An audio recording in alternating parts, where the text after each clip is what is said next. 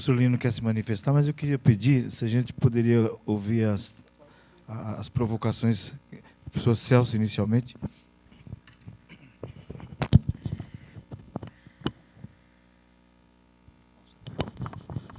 Bom dia a todos. Bom, inicialmente queria dizer que eu entrei na instituição no dia 15 de março de 1977.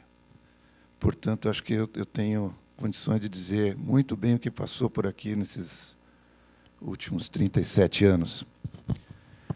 Bom, na verdade, eu não analisei a pontuação, não vi o regulamento do EBTT detalhadamente, mas eu tenho duas considerações. Primeiro, a questão da comprovação. Parece bastante simples comprovar os últimos 2 anos, talvez os últimos 6 anos, talvez os últimos 8 anos. Mas comprovar a carreira toda vai ser bastante complicado. E a gente sabe que tem coisas que dependem da instituição. Por exemplo, quais são as aulas que eu lecionei em 1980. Então, vai haver um trabalho bastante grande, não é só da pessoa, mas também da própria instituição para disponibilizar os dados. Porque, bom, em tese, né, isso deveria estar todo registrado. Então, é uma coisa bem complicada. As pessoas que atualmente já têm pontuação, talvez não precisem disso, mas acontece o seguinte, na prática, se eu vou fazer uma promoção por meu dossiê, eu vou querer fazer o dossiê completo. Nessa história de, cheguei no máximo, vou parar, não tem sentido. Eu acho que o professor de ensino superior vai fazer tudo. Então, eu realmente vou pegar minhas atividades e vou correr atrás de todas as aulas e todas as coisas. Então, vai dar trabalho para a instituição. Quanto aos artigos, tem um problema também. A gente tem ali Qualis A, Qualis B, Qualis C. Eu não sei há quantos anos existe o Qualis, mas certamente deve ser uns 8, 10 anos, talvez, nem isso. E é claro que a ciência evoluiu muito, digamos, a comunidade científica brasileira evoluiu muito nesse período. Então, coisas que não existia Qualis, a gente pegar, por exemplo, eventos que foram realizados aqui na nossa instituição há 15, 20 anos atrás, eram eventos nacionais importantes, e como é que a gente vai conseguir qualificar isso daí? Né? Não vai ter JCR, não vai ter Qualis. Eu repito aqui o que o pessoal da CAPES sempre fala, né? O Qualis é para avaliar programas, não é para avaliar pessoas. E nós estamos, de novo, querendo avaliar pessoas com o Qualis. Eu não sei qual é a solução. Eu sei que tem que ter alguma coisa, mas é meio ruim isso, sabe? A gente está, de repente, avalizando uma coisa de maneira incorreta, filosoficamente incorreta. A gente está dizendo que quem publica Qualis A tem tantos pontos. Bom, sei lá, não sei. Isso aí, a própria CAPES questiona muito isso. Então, eu vejo com preocupação duas coisas. Essa questão da comprovação, em particular, a comprovação que depende da instituição. Tá? Quer dizer, a instituição tem que estar preparada para isso. A secretaria vai ter que estar preparada para as pessoas chegarem lá e dizer assim, olha, eu quero minha lista de presença de 20 anos atrás. Tá?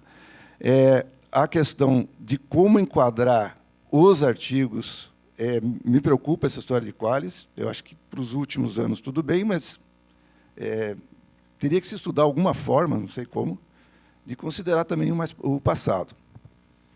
Bom, e a última coisa, que eu acho que, daí, aproveitando que o Joaquim comentou, é a questão EBTT e terceiro grau. Que me desculpem, mas eu acho que, na verdade, os dois regulamentos deveriam ter sido aprovados de forma simultânea. Porque, nesse momento, a gente já tem um EBTT aprovado, certo? E o que acontece é que, aquilo que o Joaquim comentou, e é fato de que todo mundo sabe aqui, né? Não existe diferenciação entre professor EBTT e terceiro grau nessa instituição. O professor EBTT dá aula no mestrado, dá aula no doutorado, tem a mesma carga horária semanal, é aquela história. Tem até benefícios da carreira por conta de legislação, que não vem ao caso, tá? Mas, então, fazer uma coisa diferenciada, eu acho que é incoerente, na verdade. Acho bastante complicado e vai criar um clima assim meio ruim entre as duas carreiras. Então, nem estou entrando em mérito de pontuação, não olhei isso, não sei, mas, filosoficamente falando, não é muito legal, digamos, essa diferenciação. Então, eu acho que tem que ter uma preocupação nesse ponto também. Era isso, basicamente. Professor Geraldo, por favor. Muito obrigado, professor Celso.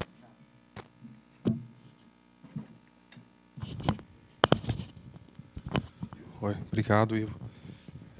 Meu nome eu sou o Geraldo, professor de Sociologia do DAESO.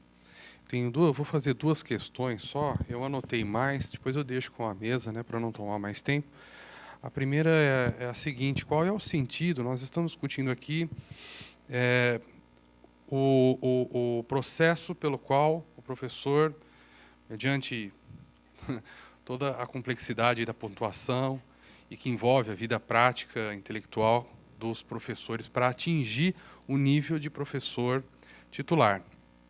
Aí eu vou colocar a questão que eu acho muito importante, tanto quanto esta que nós estamos discutindo.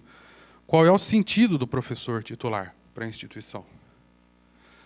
Ou seja, o que muda efetivamente em termos de atribuições na sua vida profissional, funcional, na instituição após ser aprovado nesta progressão. Nós estamos fazendo um complexo processo de seleção para quê? Para apenas uma progressão salarial? A instituição garante ao docente em termos... o que a instituição garante, ao docente em termos de mudanças nas suas condições de trabalho? Quando eu chegar lá, eu vou estar na mesma condição de trabalho que eu estou hoje, como adjunto 1 que sou? Essa é uma pergunta. A outra, que é a segunda que eu creio que seja mais importante trazer aqui publicamente, as atividades têm peso claramente menor entre as de pesquisa e de extensão. Isso está ali na tabela, pode ser constatado até rapidamente. Eu queria saber por que há essa diferença. Muito obrigado.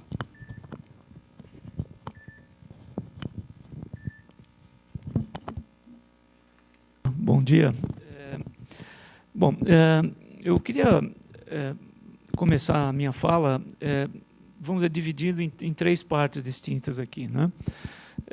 Eu faço parte da comissão também, nós debatamos todos esses assuntos ali desde o final do ano passado, quando discutimos primeiramente o regulamento do EBTT e agora, mais recentemente, concluímos essa proposta do regulamento para a carreira do magistério superior. Bom, a primeira parte diz respeito, na verdade, vamos dizer, a essência, como o professor Geraldo mencionou, o professor Celso, o que significa essa questão da carreira do titular. Então, até havia respondido, vamos dizer, o e-mail do Hipólito ontem, com cópia para alguns professores aqui também, que, na minha opinião, vamos dizer, o que nós entendemos atualmente por titular, dentro dessa proposta da legislação do governo, não tem a mesma aura, aí o significado, do que a carreira do titular que se conhece nas universidades, não só aqui no Brasil, mas mundo afora. Então, me parece que o processo, vamos dizer, que foi aí, disparado aí pela legislação aprovada recentemente, na verdade, ela tem o objetivo principal de fazer com que as pessoas possam se promover e chegar mais rapidamente até o último nível, mesmo porque, vamos dizer, não havia mais concursos sendo feitos aí para titular. Pensando filosoficamente sobre a carreira do titular, eu sempre venho à mente, durante essa longa experiência, eu não tenho, vamos dizer, os quase 40 anos de casa aí do professor Celso, mas eu pelo menos tenho 25 anos na área de pesquisa e de ciência e desenvolvimento, a nível internacional, a gente pode comparar que, vamos dizer, o que ainda nós fazemos aqui está muito, muito aquém daquilo que se faz lá fora. Então, podemos pegar os nossos melhores currículos aqui dentro, os nossos melhores currículos aqui dentro ainda deixam a desejar para os currículos que a gente vê em muitas universidades conceituadas lá fora. Então, isso quer dizer que a gente tem um enorme esforço, vamos dizer, tanto pessoal como da instituição em si, em termos de providenciar, de prover os meios para que isso aconteça, de que a gente possa evoluir. Então, naturalmente que quando se pensa então nessa carreira de titular, é necessário que a pessoa, ao longo da sua vida, ela tenha tido um desempenho de excelência em várias dessas áreas, seja ensino, pesquisa ou extensão. E eu vejo isso claramente quando eu comparo, vamos dizer, os nossos currículos aqui com os dos professores aí, com os quais a gente tem contato aí nas conferências internacionais, né? Então, esse é um ponto. Tá? Então, a gente está discutindo pontuações, coisa aqui, mas a gente está discutindo, vamos dizer, uma situação interna. Tudo bem, nós queremos chegar até o último nível, mas em termos de país, em termos de instituição, em termos do que a instituição pode ser daqui a 20, 30 anos, eu acho que a gente deveria também pensar de uma forma, vamos dizer, diferente. Mesmo se quisermos nos inserir no ambiente internacional, com internacionalização, o esforço ainda tem que ser muito, muito grande, né? Bom, então era esse comentário dessa primeira parte, né? Bom, em relação à segunda parte, diz efetivamente aos regulamentos, né, que nós discutimos aí na comissão. Tá? E o regulamento, vamos dizer, essa questão das disparidades entre o regulamento do EBTT e do MS ali. Eu entendo que a comissão também foi um ponto inicial de discussão para que vamos dizer, a gente pudesse, vamos dizer, desvencilhar dessa questão da subjetividade, né, foi necessário introduzir essa tabela de pontuação, etc., que foi a mesma tabela que já havia sido adotada aí no caso da avaliação dos professores aí para associado do Magistério Superior. Na verdade, o que foi feito é que na carreira do EBTT não existia tal tabela e ela foi introduzida também na do EBTT, né? Então, com pontuações em outras atividades que também não haviam na tabela do Magistério Superior. Então, procuramos aqui, na verdade, tentar uniformizar isso. Independente dessa questão da pontuação, que isso eu acho que ainda merece ser debatido e estudado dentro da comissão ali, né? Tá? Então, a ideia é, dentro de uma instituição em que professores... nós temos duas carreiras aqui, e nós somos, acho que talvez a única no Brasil que possui efetivamente um grande número de professores nessas duas carreiras, né? E a gente vai ter que conviver ainda algumas décadas com as duas, né? Porque mesmo recentemente, vamos dizer, nós tivemos contratação de professores da carreira do EBTT, e isso agora não é mais possível, né? Tá? Então, nós vamos ter que conviver com essas duas carreiras aqui dentro, e as pessoas vão ter que desempenhar as mesmas funções, né? Então, tem que haver uma certa equalização e uniformização. Bom, então, esses seriam os comentários a respeito do regulamento, né, proposto, e que ele segue a mesma lógica, né, o mesmo raciocínio, tanto para o BTT como para o MS. A última parte da minha fala diz respeito, na verdade, à simplificação do processo, que foi uma sugestão do professor Hipólito. E, nesse caso, né, se, vamos dizer, a comissão entender, ou a comunidade também se manifestar de forma mais forte, né, de se mudar, efetivamente, vamos dizer, o procedimento em relação ao MS. Uma vez que a gente tem que lembrar que, vamos dizer, o regulamento do EBTT já foi aprovado pelo COUNE, pelo Conselho Universitário, né? Bom, e a proposta, eu mesmo havia feito isso dentro da comissão, uma proposta de simplificar grandemente o processo, no seguinte sentido: ao invés de se fazer toda uma tabela de pontuação, como a gente está observando aqui, a gente não faz nada disso, fazemos apenas um memorial. Tá? Nós fazemos um memorial, fazemos a descrição daquilo que todos nós vivenciamos, né, com a nossa experiência e com as comprovações que nós temos ao longo da nossa carreira, fazemos um memorial, um dossiê, e apresentamos à comissão externa. E aí que eu gostaria de enfatizar que acho que nós estamos esquecendo um ponto importante aqui na discussão, que quem vai dar a decisão final não é a comissão interna, tá? É a comissão externa. Então, por mais pontos, vamos supor que todos nós consigamos aí, atingir o limiar de pontuação exigido aqui internamente. A comissão externa pode chegar e avaliar, vamos dizer, o currículo do professor e falar: não, esse professor não tem condição de se tornar titular. E acabou, ela reprova e pronto, né? Então, a ideia foi de facilitar internamente, de tentar trazer um critério de objetividade, pelo menos para as pessoas atingirem uma pontuação mínima, para que, efetivamente, a comissão externa, que vai ser composta de 75% de membros externos, ela possa avaliar. E essas pessoas que têm a titulação, elas também têm um pensamento diferente. Ela fala, não, eu não vou me pautar justamente por uma pontuação interna dada pela universidade, eu tenho o meu critério de pontuação. Tá? E se não tivesse essa pontuação e mandássemos apenas o dossiê, eles também avaliariam da mesma forma, da maneira como eles, vamos dizer, de acordo com a experiência e a sua vivência. Então, é necessário lembrar que não basta, efetivamente, você passar pela aprovação interna para atingir a pontuação mínima internamente. É necessário que a comissão externa também ela aprove. E ela pode negar, vamos dizer, o pedido, mesmo que você tenha atingido a pontuação mínima. Né? Então, esse é um ponto importante ali. Bom, então é isso. E a proposta que eu tinha feito, na verdade, era essa. Se for para simplificar e para não ter esse trabalho interno, fazemos apenas um memorial e submetemos cada um submete à comissão externa lá, indicando alguns professores ali, ou fazendo sugestões de alguns professores. Esse poderia ser o caminho mais simples ali.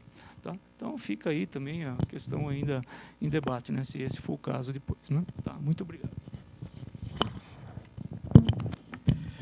Temos ainda a manifestação do professor Hipólito.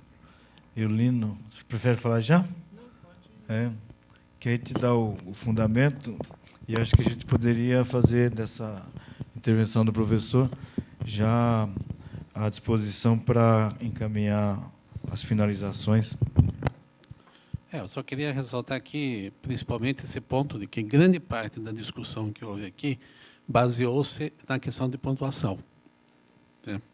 Quer dizer, então é isso que eu digo, nós precisamos, na verdade, ter um mecanismo que não fosse tão contábil, tá? E que permitisse situações facilmente verificadas, mas que também que não induza um julgamento da comissão externa. Porque, como o Alexandre disse, é óbvio que a comissão externa que tem que julgar aquilo.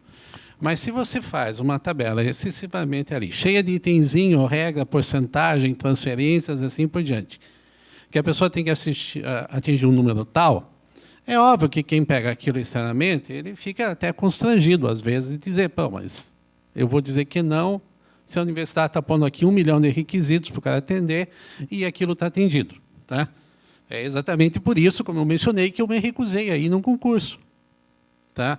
Porque eu não podia ter o critério de avaliação, porque havia tanta regra da universidade. O que eu vou fazer aqui? Não preciso estar lá. Tá? Né? Bom, mas isso é um detalhe. Agora, com a questão ainda que foi mencionada aqui pelo Celso, que a seleção Qualis, JCR, assim por diante, tem um outro fator que, além da mutabilidade, né,